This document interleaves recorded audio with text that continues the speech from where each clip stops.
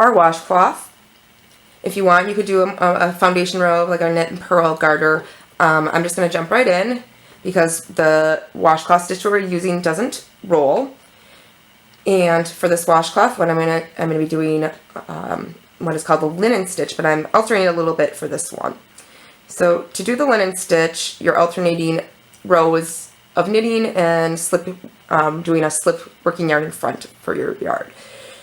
So I'm going to do a slip stitch edge for this project to help create a nice braided finished edge. The first pig then, I've done the double ewrap cast on. I'm going to bring the working yarn back to the front, and I'm going to start with the second pig. I'm not going to work this pig again. So the first pig in the loom, or on the row, you're going to knit. And this is just simply repeating the same thing across 2 pegs over and over for this row.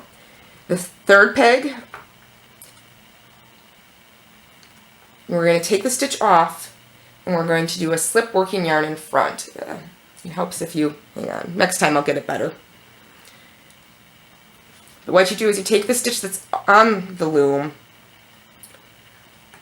If that happens to you, you can put the yarn back on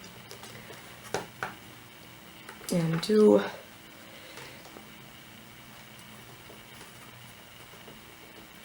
let's see if I can fix it.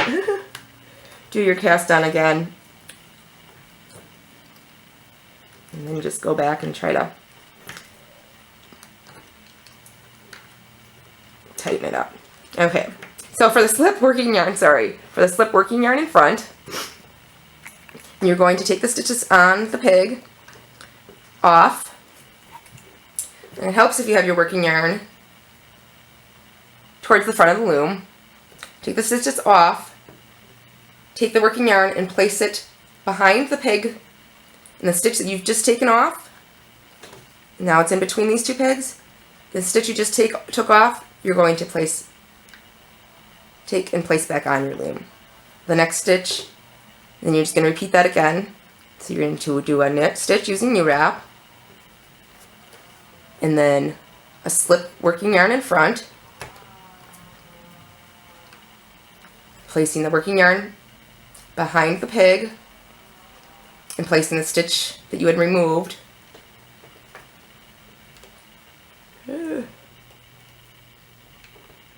back on.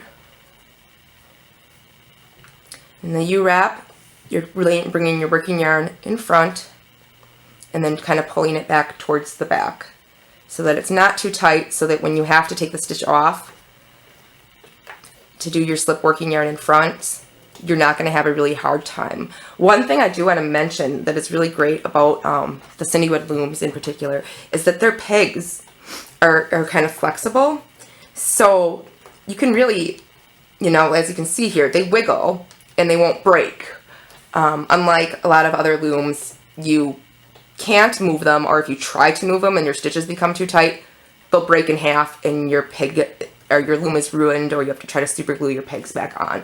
These are made of a material that makes it very easy to work with. So you keep doing that, and I did a knit stitch, and I'm going to do a slip working yarn in front.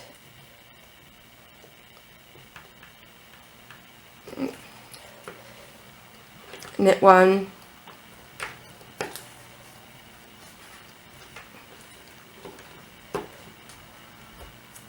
slip working yarn in front,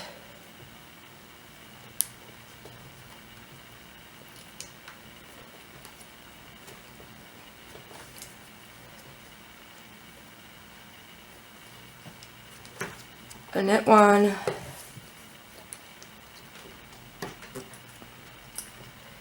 slip working yarn in front,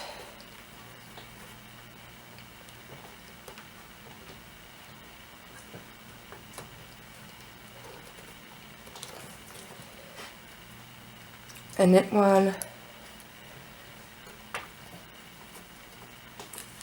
slip working yarn in front.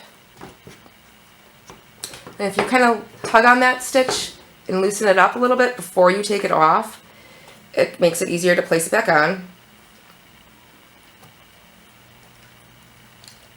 And for me, I'm kind of going slow because I usually hold my looms and I work like backwards from behind. So it's kind of awkward for me to loom like this. The last 2 pegs now, we're going to knit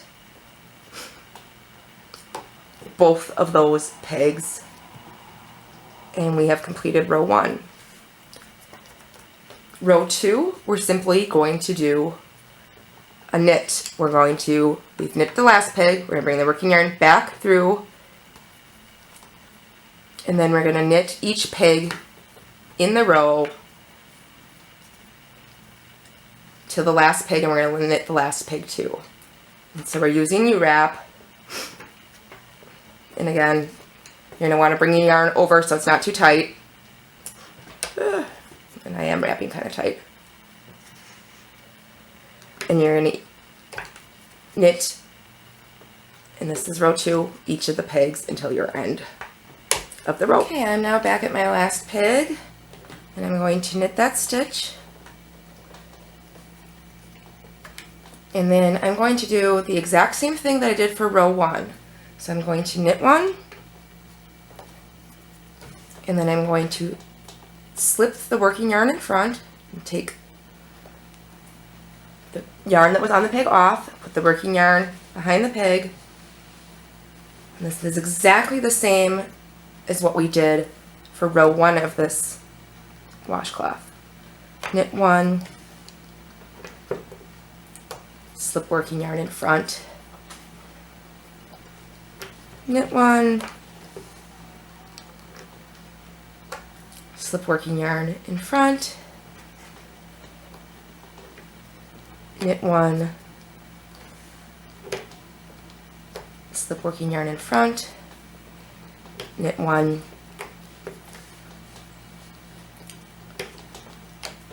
slip working yarn in front, and as you can see, it's going much faster for me this time because I didn't wrap too tightly. Slip working yarn in front. Now we're back to our last 2 pegs, which we're going to knit. And we're then ready to begin our next row. In our next row, we're doing exactly like we did for row 2.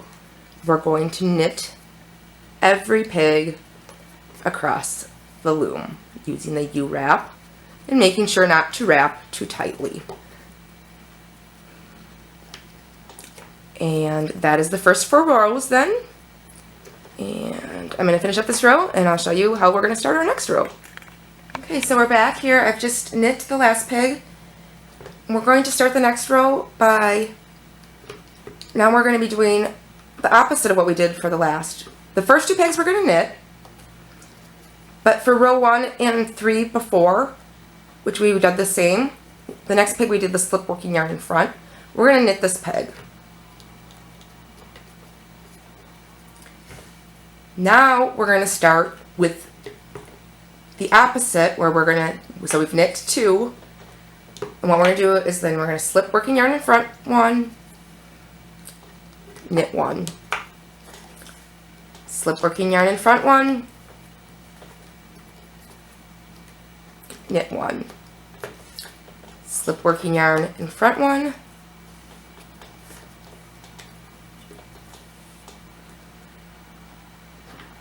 and knit 1, slip working yarn in front 1, knit 1, slip working yarn in front 1,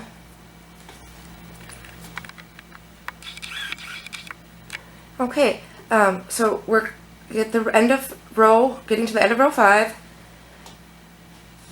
In the last 3 pegs, we're going to knit. I don't want to have a slip working yarn in front on this peg here, so I'm going to go ahead and knit, knit, knit.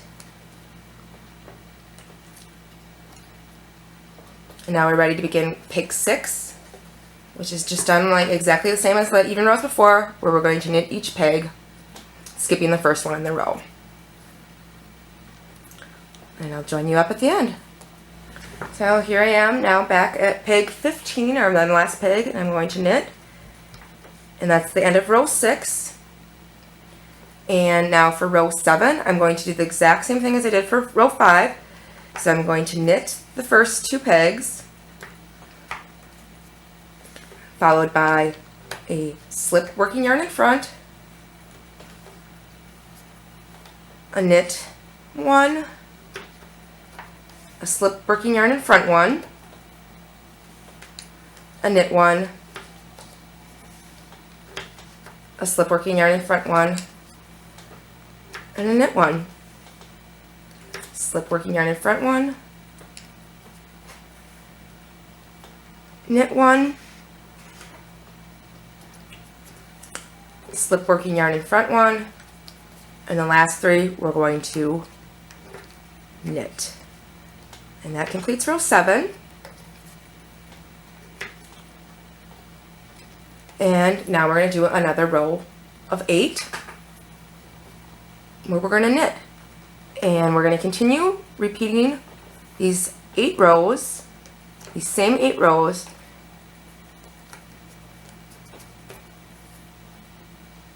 until